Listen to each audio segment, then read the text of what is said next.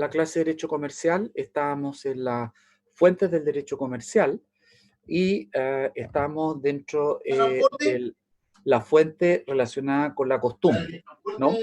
Y en relación a la costumbre, estamos viendo la costumbre fuera de la ley, o sea, aquella costumbre que pasa a suplir el silencio de la ley. Ustedes saben que cuando existe un problema de interpretación de acuerdo a la teoría de la interpretación de la ley, lo primero que tenemos que nosotros analizar son la jerarquía de las normas, ¿no? En un primer criterio. Por lo tanto, si hay una norma que regule la situación fáctica o de hecho que sea de un rango superior, entonces esa norma es la que debe aplicarse respecto de otra. Ahora, desde esta perspectiva, nosotros partimos con las fuentes del derecho comercial y particularmente lo relacionado con la Constitución Política de la República, donde hay algunos derechos garantizados por la Constitución Política que dicen relación directa con una actividad económica, que es la actividad que está relacionada con la actividad económica y indefectiblemente con la actividad comercial. Luego pasamos a ver la ley comercial, vimos la ley especial. Si la ley especial no regula una materia, entonces aplicamos el Código de Comercio, que es la ley general, y si el Código de Comercio no regula la materia, entonces aplicamos en forma supletoria el Código Civil, ¿no? Por ser una norma general y de aplicación general y supletoria en el evento en que no esté regulada esta situación. Y entonces, el derecho comercial, a diferencia de lo que ocurre en el derecho civil, ¿no?, incorpora también a la costumbre como fuente formal del derecho comercial, ¿ya? Y aquí la costumbre no solamente tiene un valor desde un punto de vista de la costumbre según la ley, o sea, cuando la ley se remite a ella, como ocurre en la costumbre civil, sino que además el legislador comercial le otorga el valor a la costumbre fuera de la ley. Y fuera de la ley significa que la costumbre entra a suplir el silencio de la ley y tiene el mismo valor en esa situación hipotética que la ley, ¿no? Y entonces, dentro de esta situación, ¿no?, nosotros estábamos viendo este tipo de costumbre y habíamos quedado, según me parece, ustedes me corrigen, en la prueba de la costumbre, ¿no? Porque como la costumbre, de acuerdo a lo que señala el Código de Comercio, está constituida por hechos o actos reiterados en el tiempo al interior de una comunidad, ¿no? Obviamente, como es una situación de facto o de hecho, entonces esta situación de facto o de hecho hay que probarla. Los hechos, acuérdense que hay que probarlo, el derecho no, porque se presume conocido de todas las personas.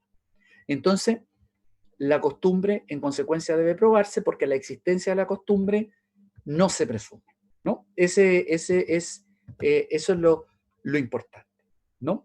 Por lo tanto, es preciso acreditar ante el tribunal, en este caso ante el tribunal civil, la existencia de los hechos que se alegan, y para que la costumbre tenga valor jurídico deben acreditarse todos los requisitos, ¿no?, que ya hemos nosotros señalado en las clases anteriores. Ahora, ¿cómo entonces se va a probar la costumbre? Nosotros vamos a probar la costumbre de acuerdo a lo que señala el artículo 5 y el artículo 825 del Código de Comercio. De acuerdo a lo que señala el artículo 5 del Código de Comercio, la costumbre puede probarse a través de dos formas. Primero, dice por un testimonio fehaciente en dos sentencias que la reconozcan, aseverando la existencia de la costumbre, hayan sido pronunciadas conforme a ella. O sea que el juez haya aplicado la ley, ¿no?, de acuerdo a la costumbre, y esa aplicación de la ley de acuerdo a la costumbre, que es el consecuente, haya servido para dar solución al antecedente, que es la situación de hecho. Ahora, tanto de fallo emanado de los tribunales ordinarios de justicia como los jueces árbitros. ¿Por qué voy a hacer el hincapié respecto de los jueces árbitros? Porque más adelante lo vamos a ver. Las sociedades o los contratos de sociedades, sea sociedad de responsabilidad limitada, sean sociedades colectivas, comerciales, sean sociedades en comandita simple por acciones, sean sociedades por acciones, las sociedades SPA, o sea, las sociedades anónimas, ellas incorporan lo que se llama una cláusula compromisoria que ustedes vieron en derecho procesal, ¿no? Por lo tanto, tanto los conflictos que se puedan suscitar al interior de una sociedad entre los accionistas entre sí, como también en el proceso de liquidación de una sociedad, quedan entregados a la justicia arbitral. Y es por eso entonces que los fallos no solamente deben, que sirven para probar o acreditar la existencia de la costumbre, no solamente tienen que provenir de fallos dictados por tribunales ordinarios de justicia, que es el tribunal o el juez civil, sino que también pueden ser acreditados a través de fallos emanados por jueces árbitros, sobre todo en materia no comercial. O bien, por 3 escrituras públicas anteriores a los hechos que motivaron el juicio en que debe obrar la prueba. Es riguroso en cuanto a que no permite preconstituir la prueba mediante el otorgamiento de las escrituras públicas. Ustedes saben bien, como alumnos de derecho procesal, que un abogado, antes de entrar a un juicio, tiene ciertas posibilidades, ciertos mecanismos, ciertos medios para poder preconstituir pruebas. ¿Ya? Les voy a dar un solo ejemplo para que quede claro esto, un punto de vista procesal. Si ustedes son el abogado de la parte compradora, ¿no? De la parte compradora, ¿sí? Y han celebrado un contrato de promesa previo, donde han pagado la totalidad del precio, pero falta un monto por qué pagar. Y entonces ustedes se comunican con el vendedor, le dicen, señor vendedor, no, la escritura pública del contrato va a estar en la notaría para que usted la pase a firmar y va a quedar un valevista con el saldo de precio que son 1 millón de pesos de 56 millones de pesos. Entonces, ¿qué ocurre si el vendedor no firma la escritura que ustedes dejaron en la notaría? No va, no concurre. O bien concurre y no quiere firmar la escritura. Entonces existe la posibilidad de que ustedes hagan lo que se llama un pago por consignación. Y el pago por consignación les va a servir como una prueba preconstituida para entrar más tarde a demandar el cumplimiento de la resolución del contrato con indemnización de perjuicio y además hacer valer la cláusula penal. Y eso obviamente es una prueba preconstituida, ¿de acuerdo? O sea, a eso me quiero referir respecto a estas pruebas preconstituidas. Bien. Enseguida, el artículo 5 del Código de Comercio debemos complementarlo con lo que señala el artículo 825 del Código de Comercio, que señala como medio probatorio, aparte de la sentencia y la escritura pública, el informe de perito. Por lo tanto, tratándose de las costumbres que hay que acreditar y que son propias de la navegación y el comercio marítimo, el juez entonces puede solicitar o se puede acompañar un informe de perito y la forma de no apreciar la prueba o apreciar la prueba y luego valorar la prueba, el juez lo va a hacer conforme a las reglas de la sana crítica, ¿no? Esto la verdad es que no es ninguna, no es algo nuevo respecto de si usted lo llevan a un juicio ordinario de mayor cuantía, hoy día, ¿no? En el juicio ordinario de mayor cuantía, ustedes, la apreciación de la prueba se va a hacer conforme a lo que establece la ley, porque hoy día existe una prueba legal y tasada en materia civil, ¿no? Cosa que no ocurre con los otros juicios orales como familia, como penal o como del trabajo, ¿de acuerdo? Sin embargo, si usted en un juicio civil solicitan el informe de la prueba pericial, el juez civil va a apreciar el informe del perito y las conclusiones del informe del perito conforme a las reglas de la sana crítica. O sea, en materia de informe pericial, se aplica la regla de la sana crítica tal cual como hoy día existen los juicios orales. ¿De acuerdo? Eso es lo que quiero resaltar respecto de esta situación. ¿Damos algún fallo, alguna sentencia respecto, ¿no?, de esta materia, ¿no? Fallo de la primera sala de la Corte Suprema del 14 de marzo del año 2006. ¿Qué es lo que dice en su parte pertinente? La Corte Suprema dice: la sentencia impugnada, al dejar sin efecto la sanción impuesta por la superintendencia, infringió el artículo 34 de la ley número 18.045 en relación con el artículo 22 del Código Civil, denunciados como infringidos, como también el artículo 4 del Código de Comercio, por falsa aplicación, toda vez que la costumbre mercantil a la que se remite el fallo impugnado solo puede suplir el silencio de la ley en el evento de que se diere por establecida, pero nunca a la ley misma, cuyo sentido y extensión se encuentra claramente manifestada respecto a la situación de que se trata. Esto lo que quiere señalar, ¿no?, es que el fallo de la Corte Suprema viene a ratificar el tema de la jerarquía normativa. Por lo tanto, si hay, en este caso, una situación, ¿no?, de infracción o de conducto o comportamiento bajo la ley, ¿no?, de mercado y valores, la ley 18.046, que está regulada, que está prescrita, ¿no?, en un artículo, en una ley, luego la costumbre no puede venir a suplir el silencio de la ley por una razón muy simple, porque no hay silencio de la ley, porque la ley ya la reguló.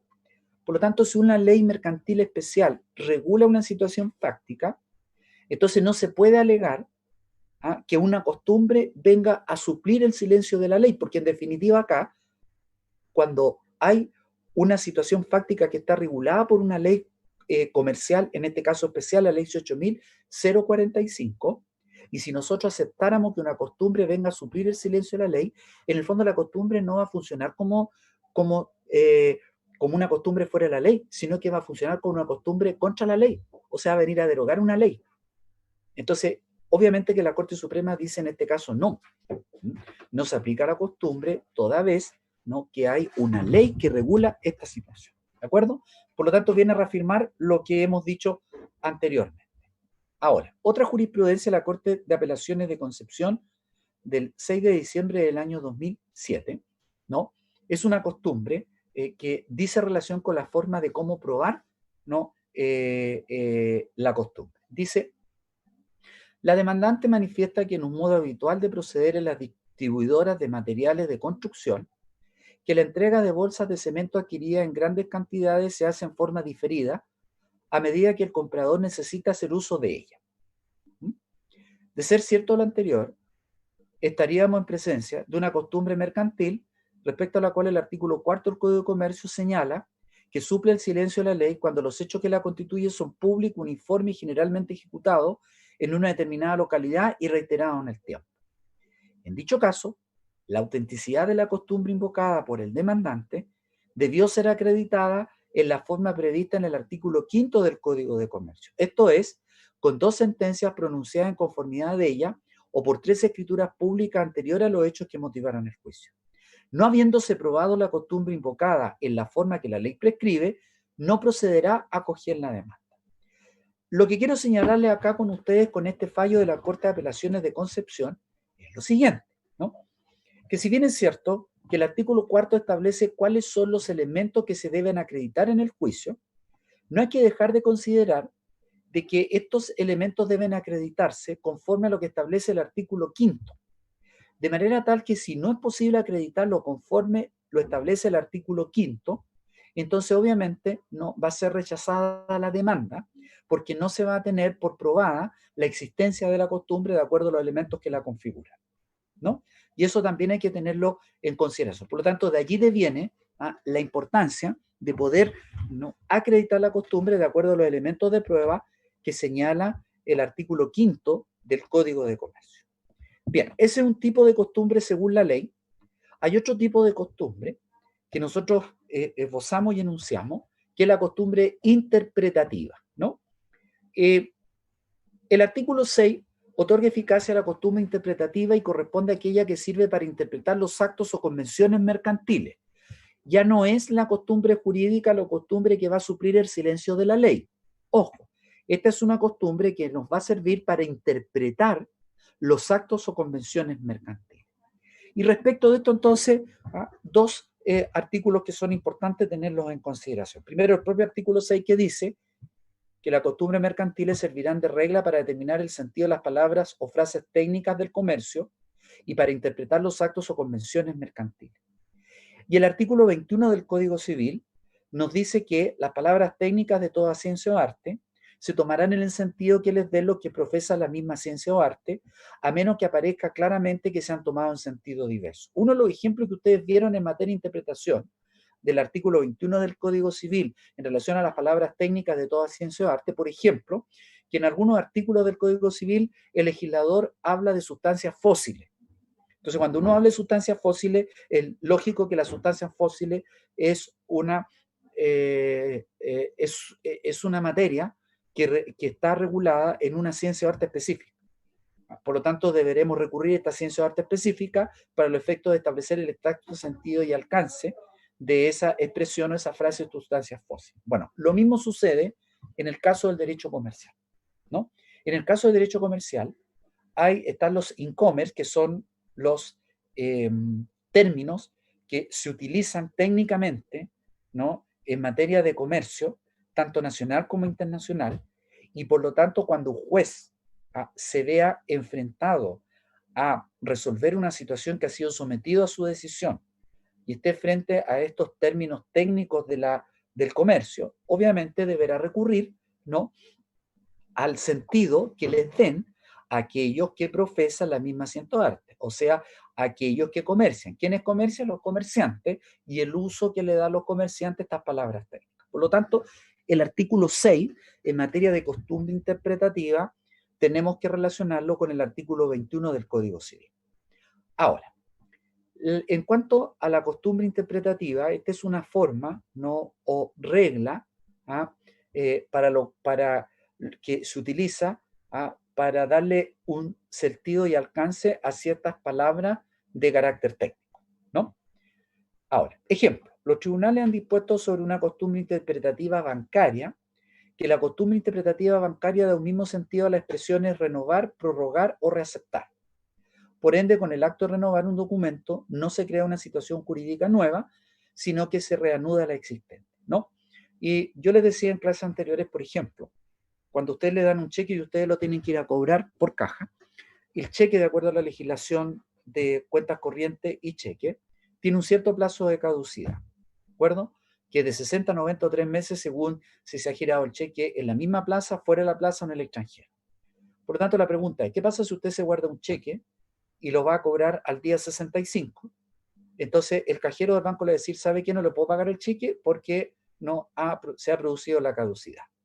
¿Qué pueden hacer ustedes? Pescar el cheque, llevarlo al cuenta correntista, a quien le giró el cheque, y decirle por qué no me lo renueva, o por qué no lo reacepta, o por qué no me lo prorroga.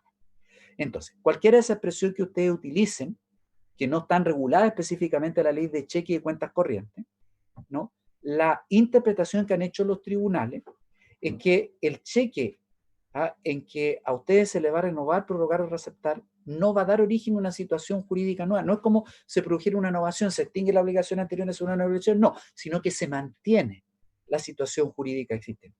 Y esa es la interpretación que se le ha dado a estos términos y que calza perfectamente con el ejemplo del artículo 6. Ahora, la jurisprudencia mayoritariamente sostiene que esta costumbre no constituye una fuente formal del derecho comercial porque no suple el silencio de la ley, ¿de acuerdo? En un principio, ¿ya?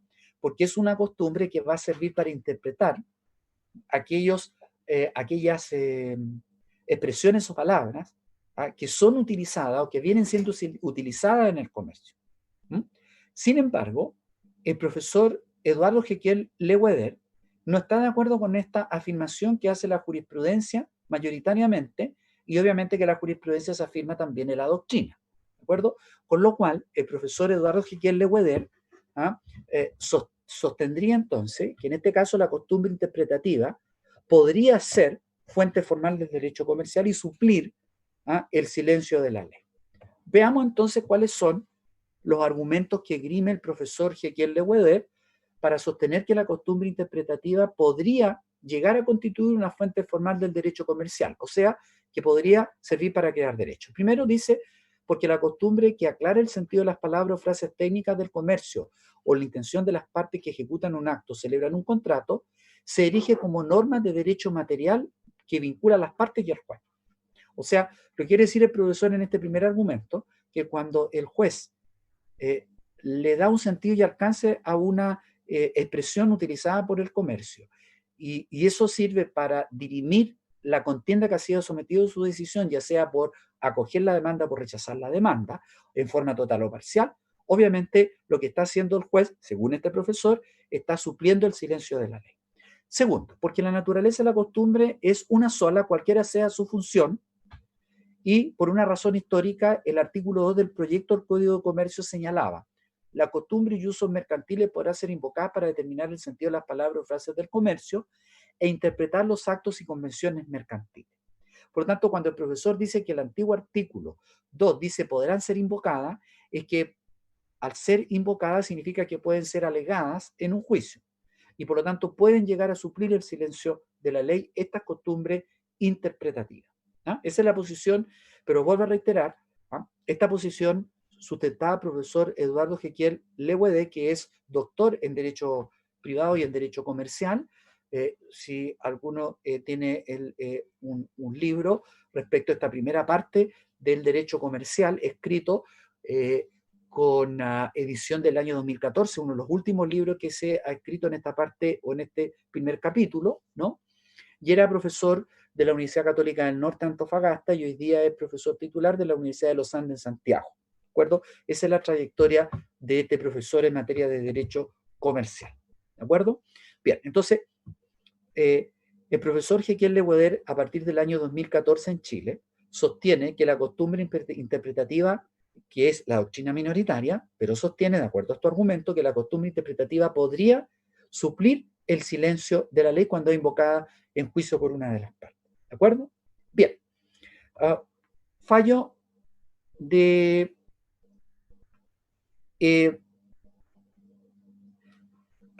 este fallo está repetido, ¿no? Ya lo revisamos, ¿no? en una diapositiva anterior. Bien. En tercer término, la doctrina del derecho comercial señala que aparte de la costumbre jurídica que suple el silencio de la ley, que aparte de la costumbre interpretativa del derecho comercial, existen las costumbres técnicas o usos mercantiles, ¿no? Y se refiere a este tipo de costumbre técnica o usos mercantiles, que es el tercer uso que emana el artículo 6, en la primera parte cuando señala que las costumbres mercantiles servirán de regla para determinar el sentido de las palabras o frases técnicas del comercio. ¿Ya? Las costumbres mercantiles servirán de regla para determinar el sentido de las palabras o frases técnicas del comercio. Ahora, entonces, ¿qué son las costumbres técnicas o usos mercantiles? Son las conductas o prácticas observadas por las partes en sus respectivos contratos, la mayoría de carácter local y profesional, y su objetivo es servir de criterio interpretativo de la voluntad o elemento destinado a complementar la voluntad, ¿no? Este tipo de costumbre técnica o uso mercantil es importante por una sencilla razón, ¿no? Porque el derecho mercantil va evolucionando mucho más rápidamente que lo que evoluciona la legislación formal. Vale decir que hay usos y costumbres que van surgiendo de las prácticas comerciales, pero no van surgiendo de una regulación normativa. Entonces, estos usos y costumbres son anteriores a que después una ley las vaya a regular. Y sobre todo en materia de derecho comercial, donde ustedes saben, ¿no?, que hay una intermediación, que hay un lucro, de manera tal que, ¿no?, el comerciante, mientras más artículos venda, más utilidad va a obtener y más lucro, digamos, va a obtener. O sea, a eso apunta, ¿no?, la naturaleza del derecho comercial, ¿no? El comerciante que no vende la cantidad que esperaba vender, ¿no?, y que por lo tanto no obtiene una utilidad, obviamente puede estar destinado a una liquidación voluntaria, a una reorganización de su empresa o simplemente al término del giro de su empresa, ¿no? Por lo tanto, esa es la finalidad siempre que persigue aquella empresa o persona natural que ejerce el comercio, ¿de acuerdo? Es la consubstancialidad del comercio. Veamos entonces algunos ejemplos de costumbre técnica o de usos mercantiles que se utilizan, ¿no? El caso de los llamados términos comerciales uniformes, entre los cuales están los encounters, adoptados por la Cámara de Comercio Internacional en el año 1936. Los actuales encounters, que son los términos comerciales, son o datan del año 2010 y están vigentes desde el 1 de enero del año 2011, ¿no? Ahora, ¿cuál es la característica de estos términos que se utilizan tanto a nivel nacional y sobre todo a nivel internacional? Que estos términos, ustedes lo ven ahí en esta diapositiva, presentación, ¿no? Se relacionan con las siglas en inglés, Y siempre las siglas que te utilizan son 3. Esa es la característica, ¿no?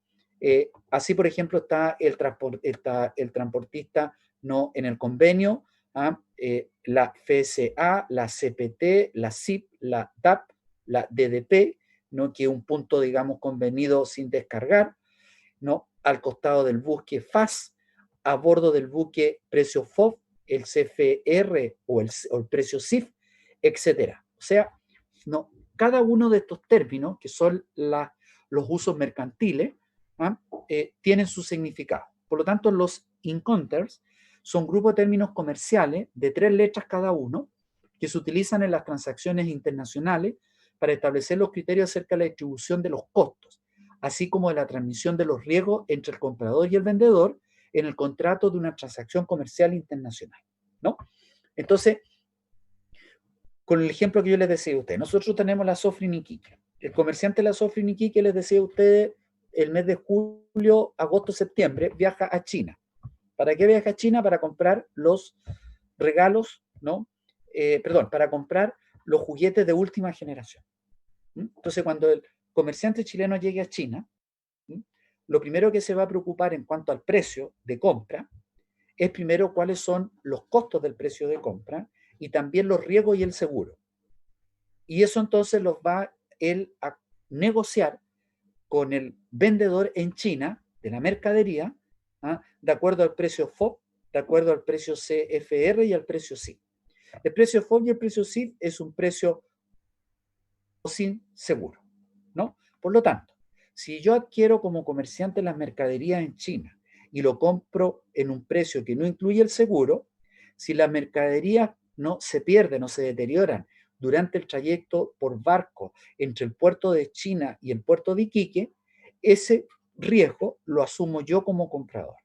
En cambio, si yo compro la mercadería con seguro, entonces cualquier pérdida total o parcial o cualquier deterioro que sufra la mercadería, yo lo puedo recuperar cobrando el seguro. Entonces, cuando el comerciante chileno llega a China y negocia el precio de venta o de compra, ¿no?, con el comerciante chino, entonces él va a negociar el precio FOB o el precio CIF y el comerciante chino inmediatamente va a saber si el comerciante chileno está incorporando o no está incorporando el seguro, y por lo tanto eso deviene con de quién son de cargo los riesgos, ¿no? Y por lo tanto, si no hay seguro, los riesgos serán de cargo del comprador, y si hay seguro, los riesgos no serán reembolsados, serán de cargo de la compañía de seguro, ¿no? Y de acuerdo a eso, entonces, se va a negociar el precio de las mercaderías. Entonces, para eso sirven, ¿no?, los usos mercantiles que constituyen la costumbre técnica, ¿no? Ahora, un ejemplo de costumbre técnica de usos mercantiles, la Convención de Viena del año 1980, el artículo 149 del Código de Comercio dice: la entrega de la cosa vendida se entiende verificada por cualquier otro medio autorizado por el uso constante del comercio. Así lo dice el artículo 149. Dice, ¿no?, la entrega de la mercadería se entiende verificada, o sea que se ha cumplido con la entrega de la mercadería. ¿Quién tiene que cumplir con la entrega de la mercadería? Por supuesto, el vendedor, ¿de acuerdo? Por cualquier otro medio autorizado por el uso constante del comercio, lo dice en su parte pertinente. Entonces, si nosotros nos vamos a la Convención de Viena, que regula la compraventa internacional de mercadería, en su artículo 9 dice: 1. Las partes quedarán obligadas por cualquier uso en que hayan convenido y por cualquier práctica que hayan establecido entre ellas. Ahora, salvo pacto en contrario, se considerará que las partes han hecho tácitamente aplicable al contrato o a la formación un uso del que tenían o deberían haber tenido conocimiento, y que en el comercio internacional sean ampliamente conocidos y regularmente observados por las partes en contratos del mismo tipo en el tráfico mercantil de que se trata. Esto significa, ¿no?, en resumen, que como el comercio se realiza en forma rápida, en forma constante. Fíjense ustedes hoy día cómo se ha diversificado el comercio a través de las compras vía online. Porque en muchas ciudades de Chile, ¿no?, hubo y hay hoy día, ¿no?, un confinamiento total, por ejemplo, en Santiago. Entonces, las grandes empresas del retail, como Almacenes París, Ripley, Falabella, ¿cómo van a seguir vendiendo su mercadería? Entonces tienen que vender, ¿ah?, por las compras a través de las ventas electrónicas, o sea, ventas online, ¿no? Y si ustedes se meten a las diversas ofertas que existen, ¿ah?, hoy día la empresa han llegado a ofrecer, fíjense ustedes, ofrecer, ¿no?, que si por ejemplo usted compra un artículo a través de la app de Falabella por el celular, ¿ah?, en cualquier punto del país, la entrega de ese, fíjense qué importante lo que les voy a señalar, ¿no? Fíjense qué importante, la entrega es gratuita. Eso es lo que dice Falabella, a través de los comerciales que ustedes han visto en la televisión. La entrega es gratuita. O sea, y ahí el vendedor, ¿ah?, optó por una modalidad en la entrega de la mercadería. Entonces, cuando usted compra una mercadería, la modalidad de la entrega ya viene determinada. ¿Cuál es la modalidad de entrega? Que ustedes la mercadería se la van a entregar en el domicilio, lo que siempre ha ocurrido cuando uno hace estas compras-venta online. Pero la diferencia es que si el artículo está en stock en Santiago y la empresa se lo tiene que traer a su domicilio y se lo entrega en su domicilio en Arica, ¿no?, el transporte de la mercadería es gratuito para usted. O sea, antes de la pandemia usted tenía que pagar y ahora no paga. ¿Se dan cuenta cómo van, ¿no?, cambiando la modalidad del comercio? El comercio se adapta rápidamente, ¿no? Y entonces esta modalidad de la entrega gratuita, porque antes la entrega no era, fíjense ustedes, la entrega de la mercadería y el transporte de la mercadería desde el sitio de acopio en Santiago al domicilio de Arica, ¿de quién era? ¿De cargo de quién era? Del comprador. Usted pagaba el transporte. Entonces usted tenía que ver la compra del artículo y tenía que sumarle el costo del transporte. ¿De acuerdo?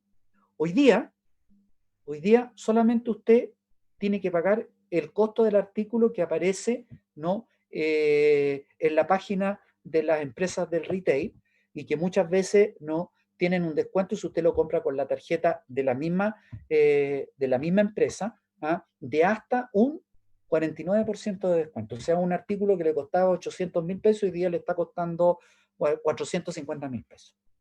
Y además, la entrega es gratuita.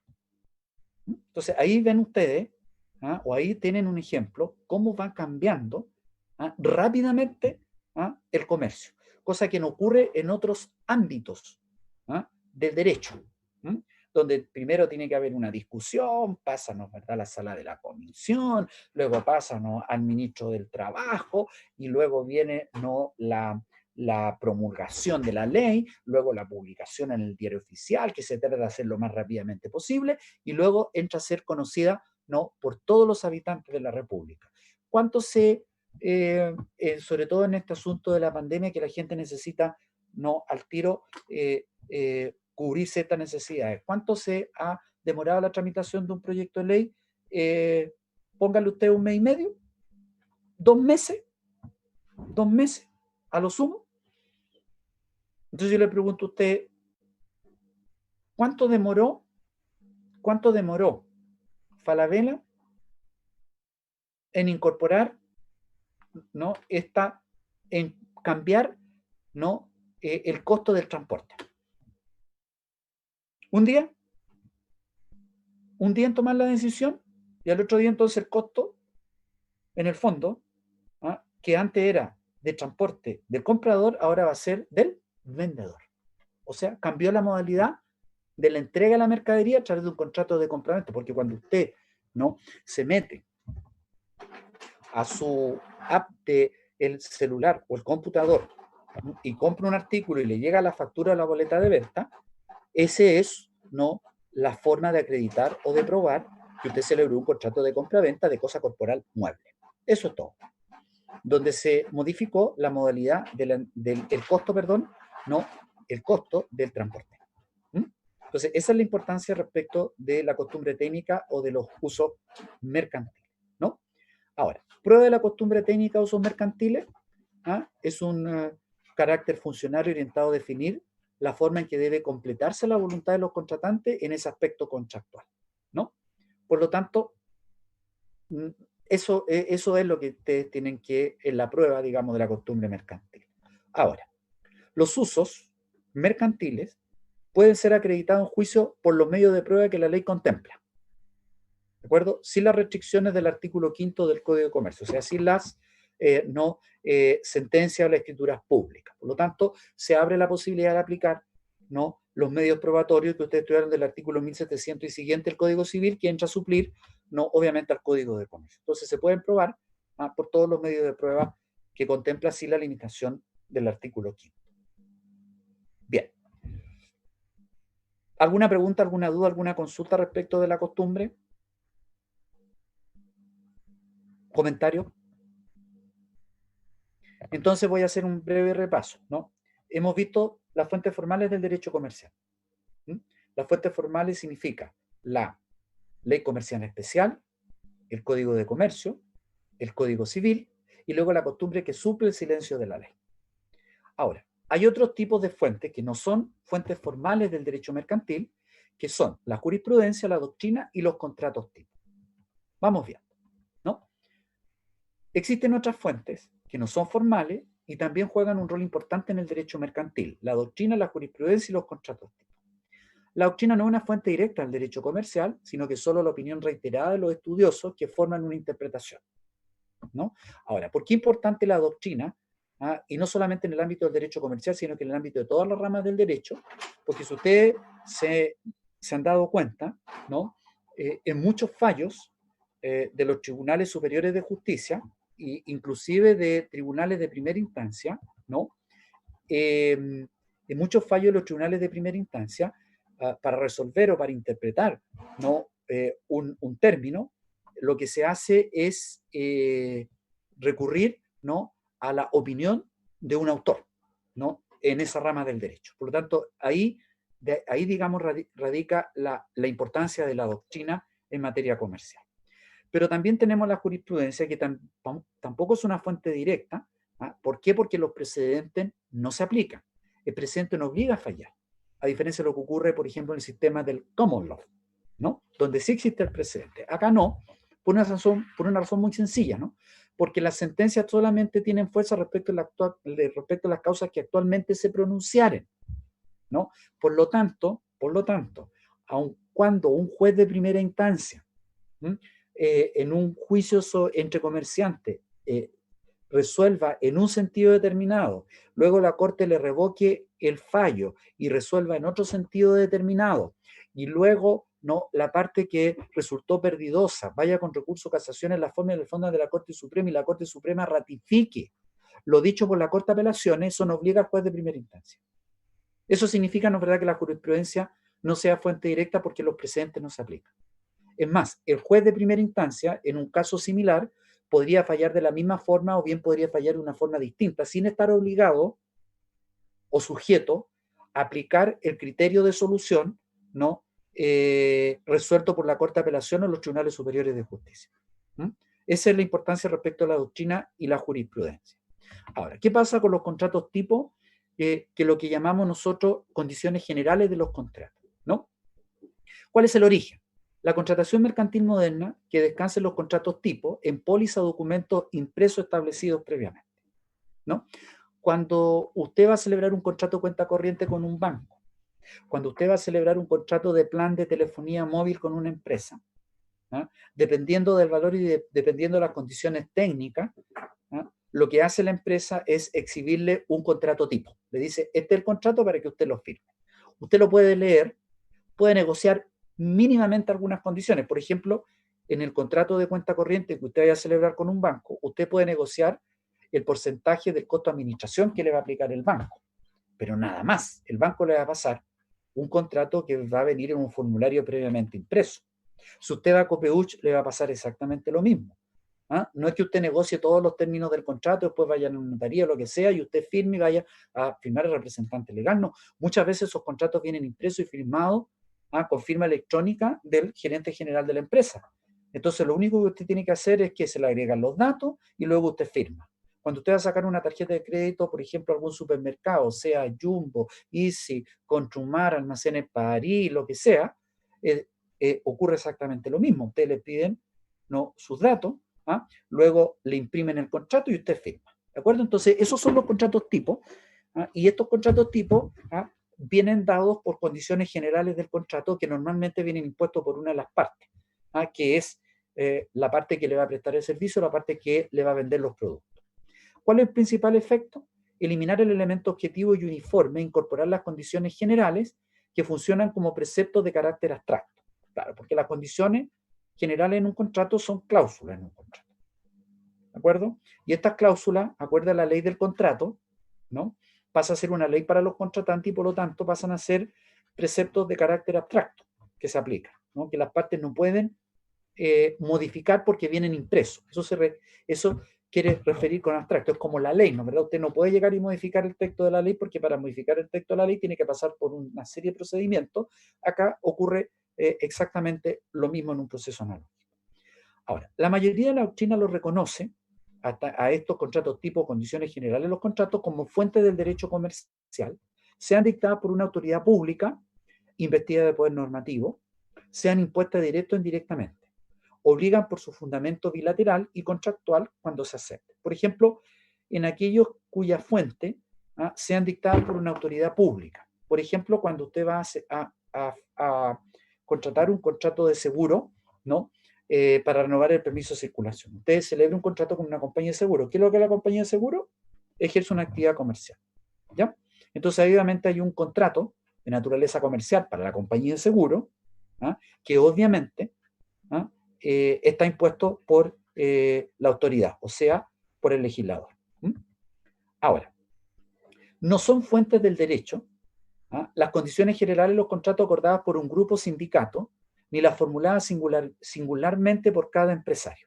Esas no son fuentes del derecho porque ahí obviamente rigen las condiciones particulares en cada uno de los casos. O sea, nosotros no podríamos decir que las cláusulas negociadas o acordadas entre un sindicato de empresas con el empleador obviamente no se transformen en fuente formal del derecho comercial. Absurdo. ¿De acuerdo? Ni menos cuando un empresario acuerda los términos específicos, particularmente con uno de sus clientes, tampoco. ¿De acuerdo? Ahí no funciona este tipo de fuente formal. Bien, ejemplo de condiciones generales de los contratos. ¿Sí? Profesor, ¿Sí? buenas tardes. La Buenas verdad tardes. es que me queda dando vuelta lo del carácter abstracto de los contratos tipos, puesto que, por ejemplo, como que me cuesta un poquito, a menos que usted me diga que lamentablemente es así, pensar que un contrato que yo voy a firmar, que es Deme un ejemplo, consensual, Carolina. Carolina, deme un ejemplo al tiro, en materia sí, comercial. yo quiero firmar un contrato De cuenta corriente. De cuenta corriente. sí, Cuando sí, usted sea, pues mire, cuando usted es alumna de quinto año, o si ya es alumna de quinto año, tiene ramo de quinto año, el Banco Santander, que es el banco que le maneja las cuentas mayoritariamente a la universidad, le va a ofrecernos, ¿verdad?, una apertura de un contrato de cuenta corriente a usted, a todos los que están escuchando a través de esta clase online, ¿ya? Entonces, se le va a ofrecer una apertura, un contrato de cuenta corriente, bancaria, ¿ya? ¿Qué pasa? Le escucho. Ya, yo estaba pensando respecto al carácter abstracto y las partes no pueden modificar, y la verdad es que yo estaba pensando en el contrato, por ejemplo, donde habla de los seguros asociados, por ejemplo, el seguro de gravamen, el seguro, no sé, en una compra de Ya, un inmueble ya, que es de incendio y todo. Por ejemplo, ya, yo ya, podría, ya, el ya. seguro de cesantía, entonces en ese contrato No, yo no, no, sí seguro de puedo firmar. cesantía no. No, Carolina, seguro de cesantía no, porque el seguro de cesantía está en la parte laboral, ¿de acuerdo?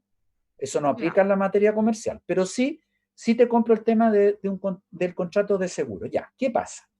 Entonces, yo podría, por ejemplo, en ese contrato decir que no quiero el contrato de, o sea, el seguro que me otorga el banco de seguros contra incendio y sismo, por ejemplo, ante No, alguna catástrofe. no, Carolina. Lo que va a ocurrir en este contrato que viene con condiciones generales que te va a exhibir el banco a ti, es ¿Sí? que la cláusula respectiva te va a dar la opción y un plazo para que tú puedas, en forma particular, contratar tu propio seguro con una compañía de seguro. ¿Ya? Pero para eso tú vas a tener un plazo. Ya. Ahora, si dentro de ese plazo tú no contratas el seguro, entonces el banco te lo va a contratar porque hay un mandato para eso, bajo sus condiciones. Ahora, es obvio de que si tú no optas por la vía de contratar tu propio seguro de gravamen o contra incendio, obviamente lo que tú vas a negociar con la compañía de seguro es que la póliza te salga más barata.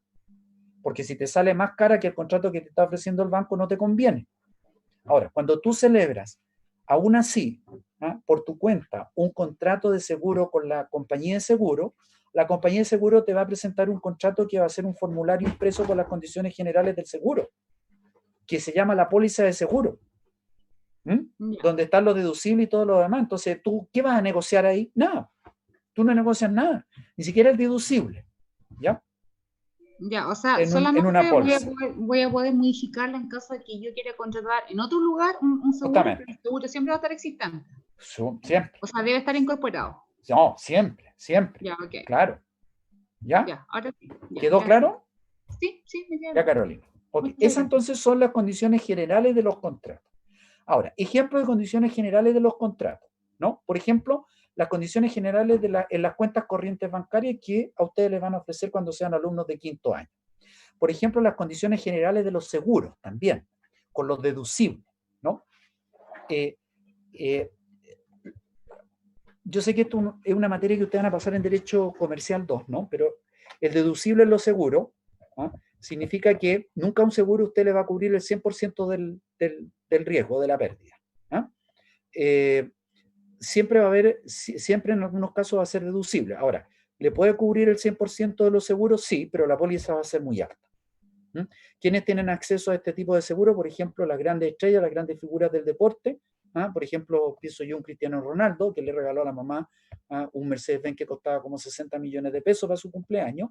Entonces, Cristiano Ronaldo puede decir y hablar con una compañía de seguro y decirle, yo quiero contratar un seguro que si al auto le pasa algo, entonces sea 100% cubierto el seguro y por lo tanto a mí me entregan un auto nuevo. Los grandes empresarios en Brasil hacen exactamente lo mismo. ¿Por qué? Porque en Brasil están muy expuestos a que le roben los automóviles. Un Mercedes-Benz último modelo. Por lo tanto, los empresarios en Brasil, como tienen mucho dinero, lo que hacen es contratar un seguro que les cubra el 100% de la pérdida o del robo, digamos, del vehículo. Por lo tanto, y es lo que ocurrió acá en Arica.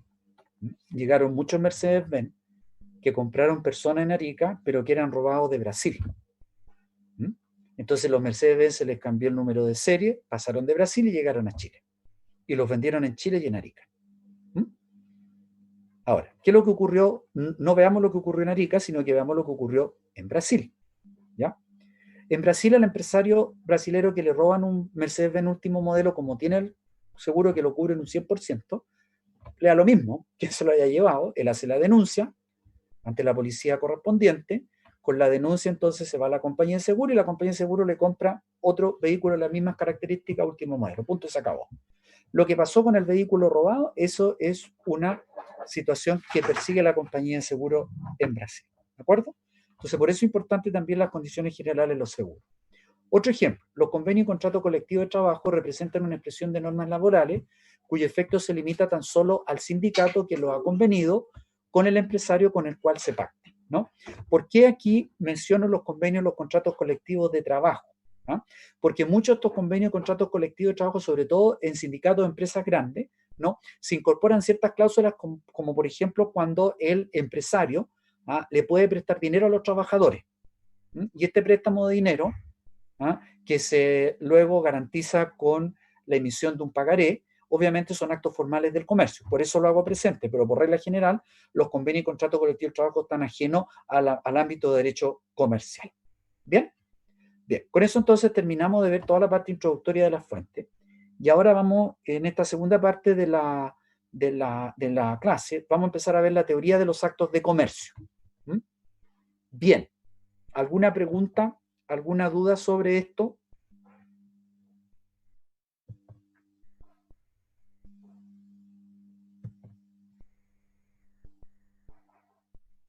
No, profesor, todo claro.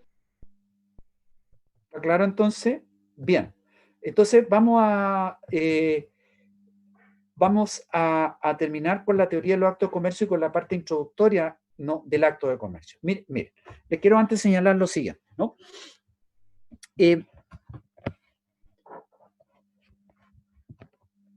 Hoy día, lamentablemente, asistimos a través del estallido social del 18 de octubre del año pasado y la pandemia, ¿no?, a un problema crítico, ¿no?, a un problema crítico en el ámbito del derecho comercial. ¿No?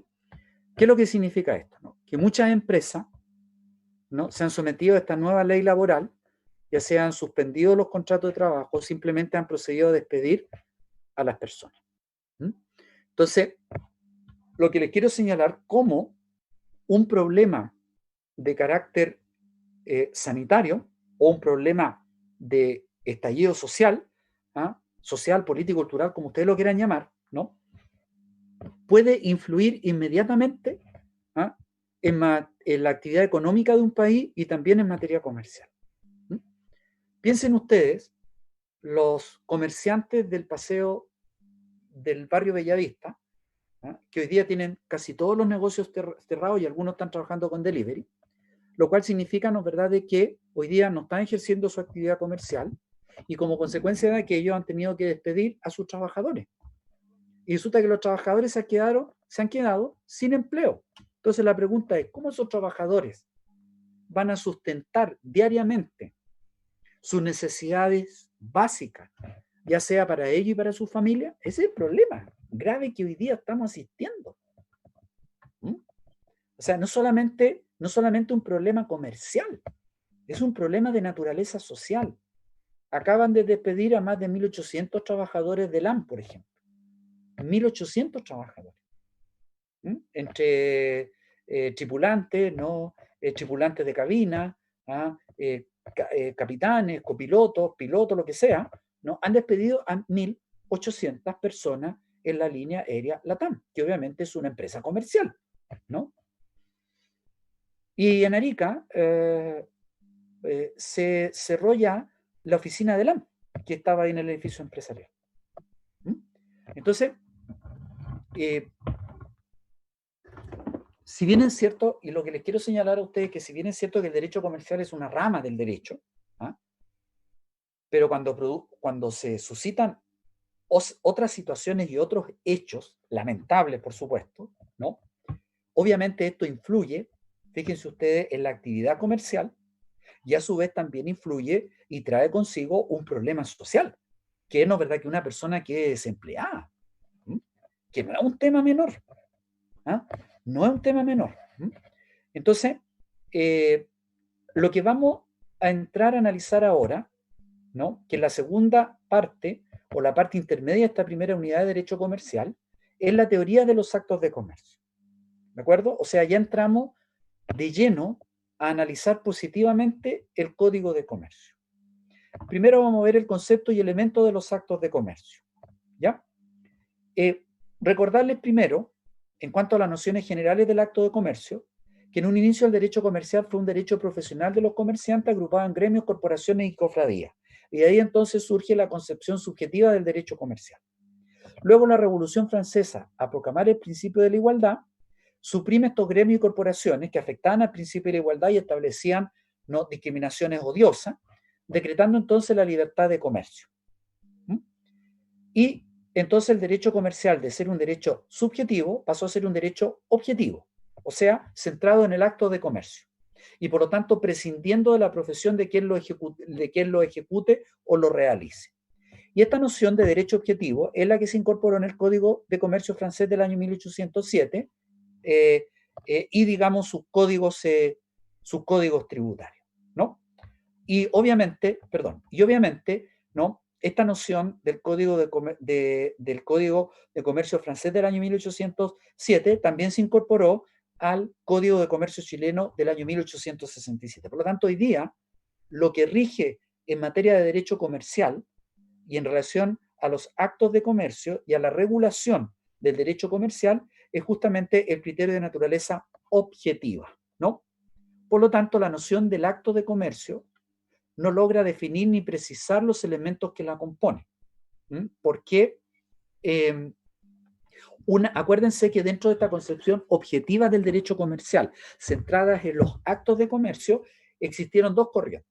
Una, que en los códigos de comercio se definiera el acto de comercio, más no se numerara, o bien dos, que se numeraran, pero que no se definiera. Ahora, si se define el acto de comercio, ¿ah? el problema es determinar con precisión los elementos que la componen. Porque si yo defino una institución, entonces todas aquellas situaciones fácticas a que se encuadren con esta institución van a quedar regulados por el derecho comercial. O sea, si se cumplen, digamos, con los elementos del concepto de acto de comercio. Entonces, el legislador, tanto francés como chileno, de la época del siglo XIX, rehuyó dar una definición del acto de comercio. Por lo tanto, la legislación incorporó en el texto el criterio objetivo mediante una enumeración de los actos que la ley considera mercantiles. Por tanto, el criterio legislador descansa en gran medida en la idea del lucro que caracteriza el acto de comercio y en otros elementos como la intermediación entre productores y consumidores, la consideración del proceso productivo y la noción de empresa. O sea, diversos criterios. Pero lo más importante, ¿no? Lo más importante es que la noción del acto de comercio en el Código Comercial, en el derecho comercial chileno, es un criterio primero objetivo, centrado en el acto de comercio, pero a través de una enumeración que hace la ley de lo que considera actos mercantiles, enumeración que está señalada en el artículo 3 del Código de Comercio, ¿no? Por lo tanto, tenemos que esbozar un concepto de acto de comercio, partiendo de la base que el acto de comercio no fue definido por el legislador comercial en el Código de Comercio. Por lo tanto, si no fue definido por el legislador, entonces ha sido definido por la doctrina. En consecuencia, la doctrina ha dicho que el acto de comercio es aquel acto de intermediación ejecutado con ánimo de lucro y objetivo, circulación de la riqueza, y aquellos que sin reunir estos elementos se le atribuye por la ley la calidad de mercantil, ¿no? Por lo tanto, otra doctrina ha dicho que el acto de comercio son aquellos que de conformidad a la ley, ¿no? Son actos de comercio. O sea, hay dos definiciones que son simples, obviamente que la más completa es la de arriba porque reúne de alguna otra forma todos los criterios para poder determinar si un acto jurídico es civil o mercantil. Por lo tanto, un acto civil jamás tendrá por finalidad un ánimo de lucro o la circulación, un ánimo de lucro, ¿no? O una intermediación. El acto civil no tiene un ánimo de lucro, pero sí pues, sirve para hacer circular la riqueza. Un contrato de compraventa civil obviamente sirve para hacer circular la riqueza, ¿no? Pero no vamos a decir que existe un ánimo de lucro, una intermediación, etc. Entonces, hay muchos elementos que son específicos del acto de comercio, obviamente más no son del acto civil, ¿no? Ahora, las actividades, por lo tanto, de comercio son las que la ley dice que son. Y existen dificultades al definir la noción del acto de comercio y la consideración del acto de comercio como una categoría legislativa. O sea, el legislador es el que le da el carácter o le atribuye el carácter de acto de comercio. Ojo, la ley es quien le atribuye el carácter de acto de comercio, ¿no? Por lo tanto, ¿no? La pregunta es, profesor, las partes en un contrato, ¿pueden las partes, de acuerdo al principio de la autonomía de la voluntad, señalar que un acto contrato que celebren o ejecuten es de naturaleza comercial? No, porque la naturaleza comercial del acto la califica la ley, no la voluntad de las partes, ¿ya? Ahora, hay un concepto de la jurisprudencia que dice que los actos de comercio son aquellos actos o contratos mercantiles, los actos civiles que celebran o ejecuta un comerciante en el desarrollo de su actividad mercantil, ¿no? O sea, trata de dar un concepto amplio, ¿no? Respecto a esta situación. Y a la inversa, ¿no? Son civiles los actos mercantiles que celebra o ejecuta una persona para el desarrollo de una actividad no mercantil. O sea, lo que aquí estamos refiriendo o lo que se centra el concepto de la jurisprudencia es los accesorios. ¿De acuerdo? O sea, si el contrato accesorio es comercial, pero accede a un contrato principal o a una actividad principal que es civil, es civil. Bien. Ahora, la doctrina logró señalar algunos elementos del acto de comercio. Primero está que el acto de comercio es un acto jurídico. Perdón. Voy a cambiar el número acá, porque este es el número 5. Perdón. La doctrina ha determinado cuáles son los elementos del acto de comercio. Es un acto jurídico que versa sobre bienes muebles, hay una intermediación entre productor y consumidor, se hace con ánimo de lucro y con mira a la circulación de la riqueza. Esas son las principales características o elementos, ¿no?, de un acto de comercio. Primero, es un acto jurídico, ¿no? Como ustedes saben, el Código de Comercio ni el Código Civil define lo que es un acto de comercio. Si el Código Civil, perdón, no define lo que es un acto jurídico, el Código de Comercio tampoco define lo que es acto de comercio, sino que enumera enunciativamente los actos de comercio. Por lo tanto, es una manifestación de voluntad con contenido económico y vinculante, ¿ya? Y este acto jurídico, entonces, puede ser unilateral o bilateral. El acto jurídico unilateral son aquellos normalmente los que pueden ejecutarse sobre un título. Por ejemplo, cuando usted, si alguno de ustedes tiene cuenta corriente, cada vez que usted firma un cheque, está girando un cheque, ese es un acto jurídico unilateral y es un acto comercial, ¿no? El endoso, por ejemplo, que es un acto jurídico unilateral de naturaleza cambiaria, por el cual el endosante, beneficiario tenedor legítimo del título, transfiere el título de crédito en garantía en cobranza a un tercero, endosante y endosatario. También entonces ahí tenemos un ejemplo de acto jurídico unilateral. La suscripción de un pagaré, que es un título de crédito representativo en dinero. Cuando usted, no sé si alguno de ustedes no firmó o ha firmado alguna vez un pagaré, ¿no? Y el pagaré dice, debo y pagaré a la orden de, por ejemplo, no, Cencosud Limitada, o Cencosud, perdón, S.A., ¿no? Por lo tanto, la suscripción es un acto de comercio y es una manifestación de voluntad que hace el deudor que se compromete a pagar al acreedor cierta cantidad de dinero, ¿no?, en tal fecha. Entonces ahí ustedes tienen ejemplos de actos jurídicos unilaterales que son mercantiles. Y con mayor razón, si hay actos jurídicos unilaterales que son mercantiles, también, ¿no?, hay actos jurídicos bilaterales que también son mercantiles. Por ejemplo, un contrato de sociedad colectiva comercial es un acto de comercio porque es un contrato bilateral. El contrato de cuenta en participación, el contrato de cuenta corriente mercantil bancaria, el contrato de cuenta corriente bancaria, ¿no?, el contrato de mandato mercantil, son ejemplos de actos jurídicos bilaterales en materia comercial. ¿De acuerdo? Por lo tanto, cuando hablamos de acto jurídico, quedan comprendidos tanto el acto jurídico unilateral o hay actos jurídicos mercantiles o comerciales unilaterales y bilaterales. Segundo, este acto versa sobre bienes muebles, ¿no? Esto dice relación en los términos de los bienes corporales muebles definidos por el Código Civil, ¿de acuerdo? Por tanto, se excluye la mercantilidad de los bienes inmuebles, ¿ya? Tercero, intermediación entre productores y consumidores. Profesor, ¿sí? ¿puede volver atrás, por favor? ¿Ahí? No, al que recién estaba. Sí, ese. Ya, gracias. Tercero, intermediación entre productores y consumidores, ¿no? Una de las características del acto de comercio de la actividad mercantil es que el comerciante hace de intermediario, acuérdense, intermediario para acercar al productor del consumidor. Y por lo tanto, él, al hacer esta intermediación o acercamiento, recibe el pago de una cantidad de dinero y esa es la utilidad o el fin de lucro. Por lo tanto, hay una compra de materia prima y una venta de productos terminados, ¿no? Y eso, y eso es un elemento importante del acto de comercio, ¿no?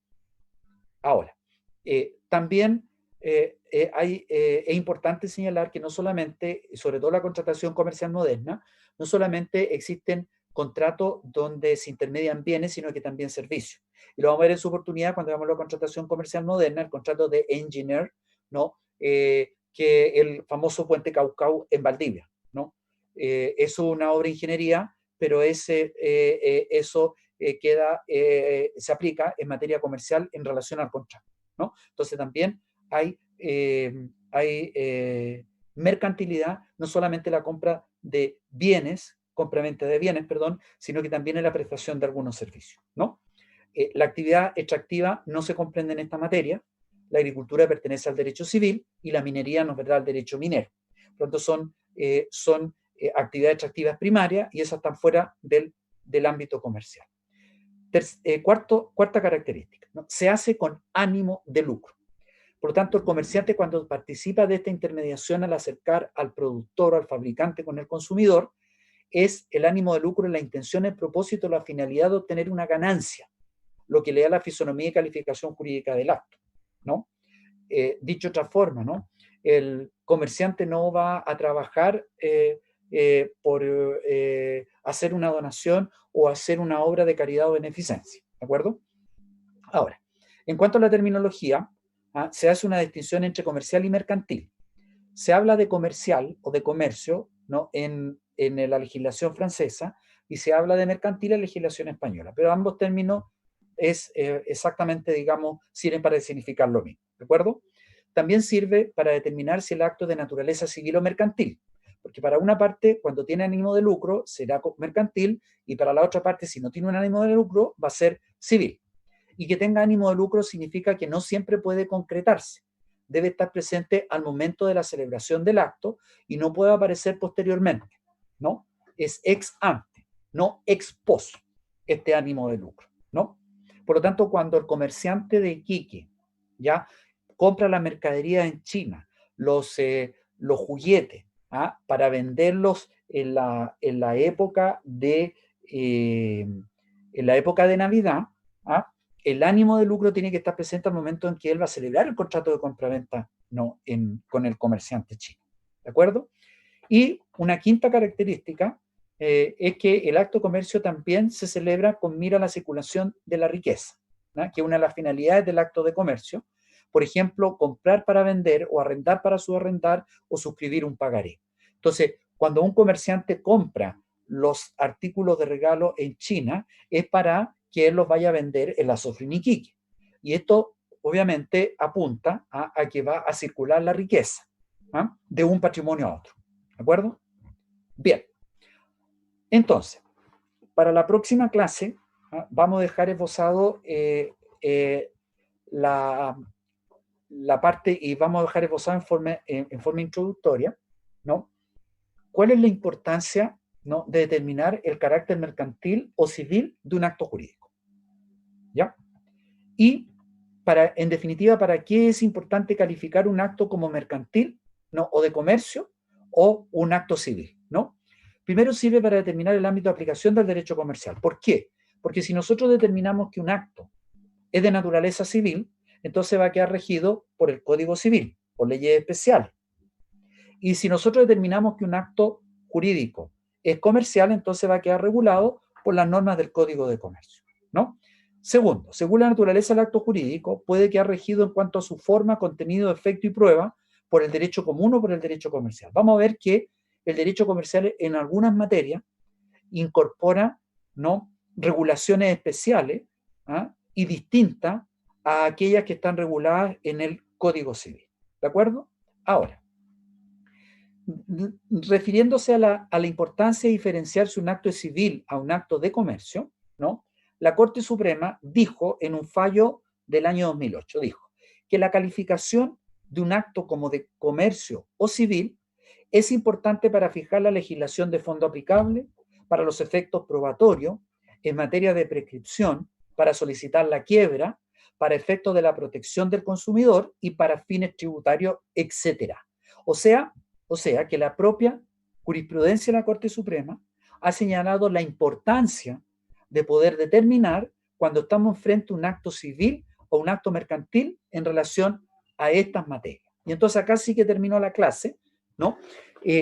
Entonces la pregunta es, ¿por qué es importante en alguna materia diferenciarse un acto civil y un acto de comercio? Primero, en cuanto a la legislación de fondo aplicable, en cuanto a los efectos probatorios, para fines profesionales, en cuanto a la capacidad para ejercer el comercio, para los efectos de la ley 20.720, que es la ex ley de quiebra, para fines tributarios, en cuanto a la protección del consumidor y en materia, ¿no es verdad?, de prescripción. ¿De acuerdo? Bien. Con esto entonces doy